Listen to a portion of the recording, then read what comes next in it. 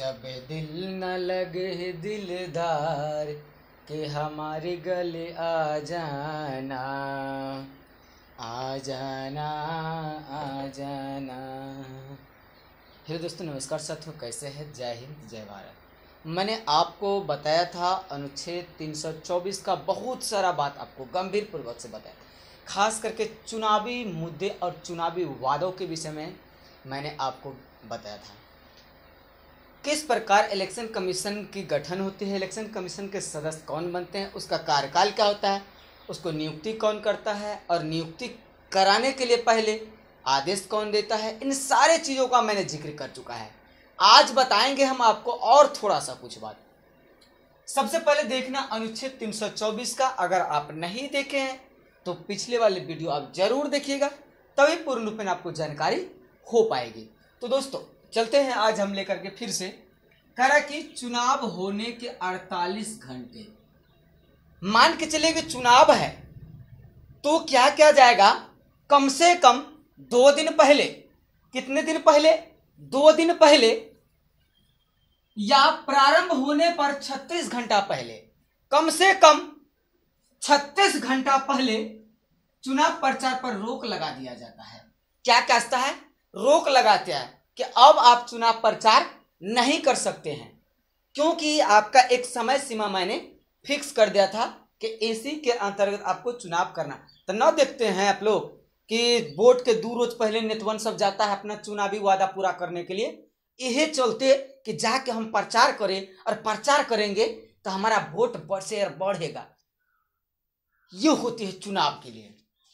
करा यदि कोई सदस्य आयोग है, करा यदि कोई यदि सदस्य को, यदि आयोग है, कोई मान के लिए आयोग है, योग नहीं है, किसी प्रकार का मुकदमा उस पर लदा हुआ है, तब अगर वो चुनाव लड़ा और वह चुनाव जीत गया, चुनाव जीत जाने के बाद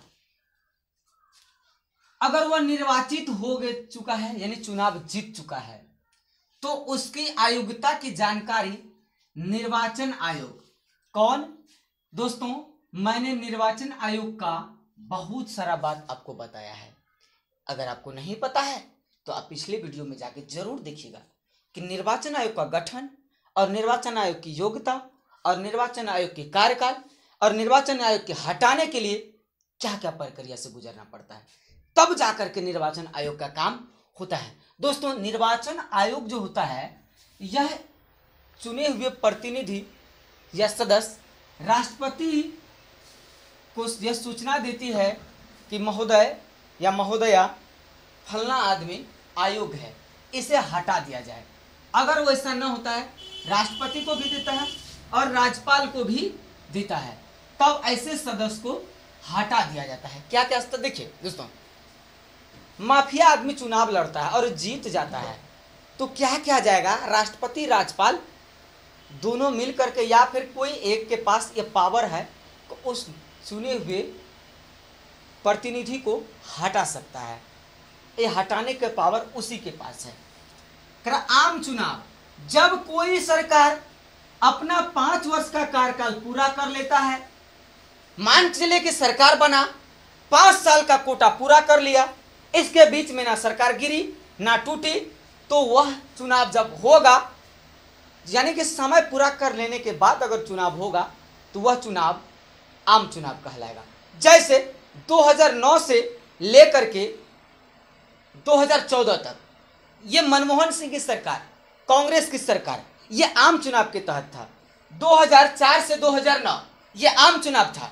मोदी जी का कार्यकाल अर्थात बीजेपी पार्टी की कार्यकाल 2014 से लेकर के 2019 तक अपना कार्यकाल पूरा किया, तो फिर इन्होंने चुनाव लड़ा और फिर सरकार बनाया, कुछ ज्यादा वोट से सरकार बनाया, तो वह सरकार 2019 से 2024 तक बना। अब फिर 2024 में बनाया तो 2029 तक चलेगा कि नहीं चलेगा ये हम नहीं कह सकते हैं। जब अगर कार्यकाल ये पूरा कर लेगा तो ये आम चुनाव कहलाएगा। दोस्तों, आपको ये भी याद रखना है कि आम चुनाव से पहले बहुत सारी चीजों को भी देखा जाता है। कह रहे हैं कि जैसे एग्जाम्पल में 2014 से 19, क्या 2014 से 19 और 19 से 24, ये हुआ था आम चुनाव। उपचुनाव, दोस्तों आपको ये बात पता रखना है कि चुनाव होता है कई प्रकार से।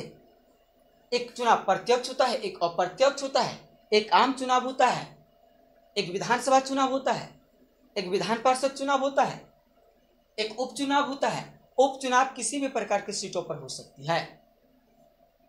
किसी सदस्य का सीट खाली होने पर, मान के लिए चुनाव जीता, किसी कारणवश उसको त्याग पत्र देना पड़ा, या मृत्यु हो गई, या उनको पद से संतुष्ट नहीं है, तो ऐसे सीट खाली हो जाते हैं। उस पर जो है निर्वाचन आयोग 6 माह के भीतर क्या कराती है, वहां पर चुनाव कराती है। और वह जो चुनाव कराती है 6 माह के भीतर, वही चुनाव उपचुनाव कहलाता है। दोस्तों आपको यह भी याद रखना होगा कि एक व्यक्ति 2 सीट पर चुनाव लड़ता है। क्या करता है? लड़ता है। अगर वह दोनों सीट जीत जाए तो कोई भाई नियम है संवैधानिक पद में कि आप किसी एक ही सीट पर आप रह सकते हैं, ना कि 2 सीट पर आप चुनाव लड़िएगा। दोस्तों आपको कोई एक ही सीट पर चुनाव रहना पड़ेगा सदस्य बन करके।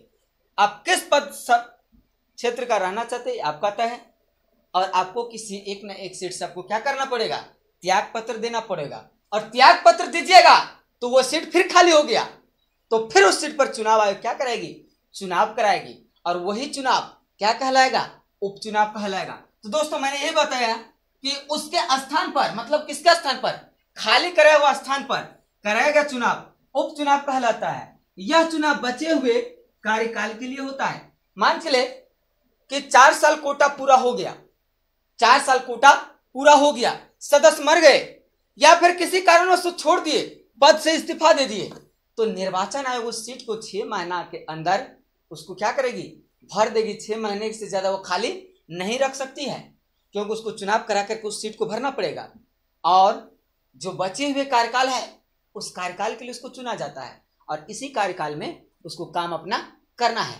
तो दोस्तों हमने बताया अभी उपचुनाव और आम चुनाव, और भी बताते हैं। देखिए आम चुनाव और उपचुनाव, और आज फिर बता रहे हैं सर कि देखिए बीच में भी कभी कभी चुनाव हो जाता है, हमको पता भी नहीं चलता। अब पूरे देश भर में चुनाव होता है। जी आप सही कहा।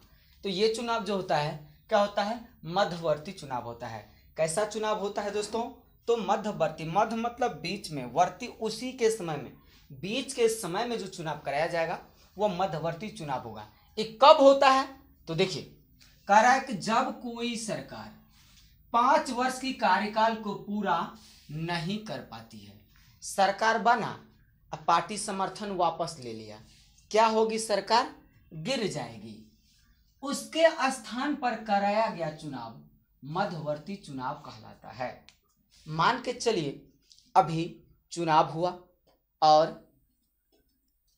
तेलंगाना कहते हैं जो दिए हैं आंध्र प्रदेश के मुख्यमंत्री समर्थन और बिहार के मुख्यमंत्री नीतीश कुमार समर्थन केंद्र की भारतीय जनता पार्टी को, किसको दिए हैं, भारतीय जनता पार्टी को समर्थन दिए, और इन्हीं दोनों के समर्थन से क्या बना, केंद्र में सरकार बनी है।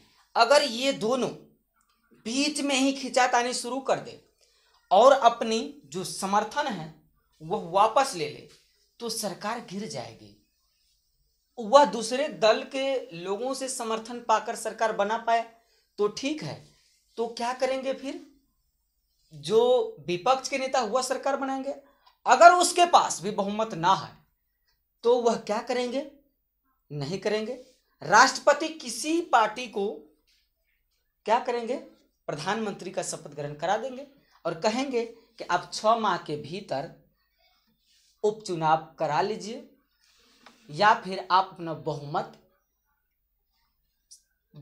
जुटाइए, तब जाकर के क्या होगा, आपको हम सरकार चलाने देंगे। ये होती है। अब है प्रॉक्सी मतदान। सैन्य अधिकारी या सैन्य कर्मचारी या विदेश में कार्यरत अधिकारी जब अपने स्थान पर किसी दूसरे व्यक्ति को मतदान के लिए कहते हैं तब उसे प्रॉक्सी मतदान कहते हैं। दोस्तों प्रॉक्सी मतदान यानी कि हमारा देश का कोई भी आदमी जो सरकारी सेवा में कार्यरत है वह जब विदेश में है तो भाई वह भी तो भारत का जनता है, उसे भी तो मतदान करने का अधिकार है। तो वह मतदान कैसे करेगा? तो प्रॉक्सी मतदान के द्वारा। कैसे? प्रॉक्सी मतदान के द्वारा क्या करेगा? वह वोटिंग करेगा। वह क्या करेगा?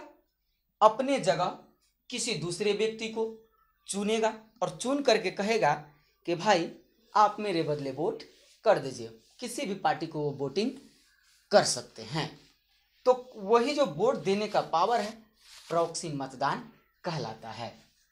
बहुत गर्मी, आप लोग को भी गर्मी लगता है ना? रे कोई बात नहीं, चलिए ठीक है, लगेगा ठंडा, मौसम आने दीजिए। तब फिर आप लोग कहेगा सर ये ठंडा इतना ना है ना, उठने का मन नहीं करता। उठने का मन क्या करेगा? अभी तो लोग उठ जाओ, ठंडी में मत भरोसा में रहोगे, उठेंगे फिर दिक्कत हो जाएगा। करा कि प्रत्यावर्तन अधिकार, यह एक विशेष प्रकार का अधिकार है, बहुत इंपॉर्टेंट अधिकार है, विशेष अधिकार है, जिसके तहत जनता चुने हुए नेता को कार्यकाल पूरा होने से पहले मतदान के माध्यम से वापस बुला लेती है। मान के लिए चुनाव जिता करके किसी को भेज दिया और वह पार्टी के जो है नेता या कोई पंच रहे, क्या करेंगे? वो अपना कार्यकाल कर रहा है ठीक से या कि नहीं, तो जनता को अखड़ेगा। जब जनता को अखड़ेगा तो जनता क्या करेगी? कहेगा नहीं हम वोटिंग करेंगे, वोटिंग करके अगर आप जीतेंगे तो फिर रहिएगा, नहीं तो आपको हटा दिया जाएगा, वापस बुला लिया जाएगा। तो जनता क्या करती? फिर से मतदान करती है, चाहे वो मतदान वोटिंग के माध्यम से हो या पंचायत स्तर पर बैठा के किया जाए, किसी प्रकार से हो सकता है। तो जिसको ज़्यादा समर्थन मिलता है वो रहता है। अगर उसको समर्थन नहीं मिला तो उसको वापस करके हटा दिया जाता है और जो जीतता है फिर उसको वहाँ पर भेज दिया जाता है। तो क्या करता? माध्यम से वापस बुला लेती है। जनता भाई सर्वे सर्वा है, सब कुछ क्या है? जनता ही तो है। अब प्रधानमंत्री किसके बने हैं? जनता के। राष्ट्रपति किसके बने हैं? जनता के। मतलब कोई भी पॉलिटिशियन जो है लीडर किसके लिए होता है? जनता के लिए होता है। करा कि यह केवल मध्य प्रदेश में लागू है। यह कहाँ लागू है?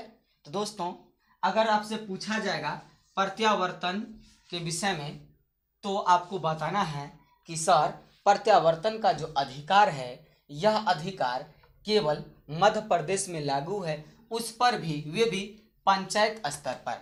मान के लिए मुखिया, वार्ड, सरपंच, जिला पार्षद, इन सबों के लिए ये व्यवस्था किया गया है, ना कि विधायक सांसद के लिए ये पावर नहीं है। वो एक के बार में बहुत वोट से जीत के जाता है, बहुत वोटिंग की जरूरत होती है, तब जाकर के सांसद विधायक का चुनाव सफल होता है। तो दोस्तों आपको ये बात याद रखना हमेशा कि जो सब आज मैंने बताया है, आम चुनाव, मध्यवर्ती चुनाव, उपचुनाव, प्रत्यावर्तन, प्रॉक्सी मतदान, आज 5 टॉपिक मैंने आपको दिया है। 5 टॉपिक आप याद कर लीजिएगा। इस बार का भी हो सके पीसीएस में जरूर पूछेगा, बीपीएससी लेवल वाले खास करके आप जरूर सुन लीजिए, आपको भी पूछेगा, क्योंकि ये सारे चीज़ों का जिक्र पहले भी हुआ था।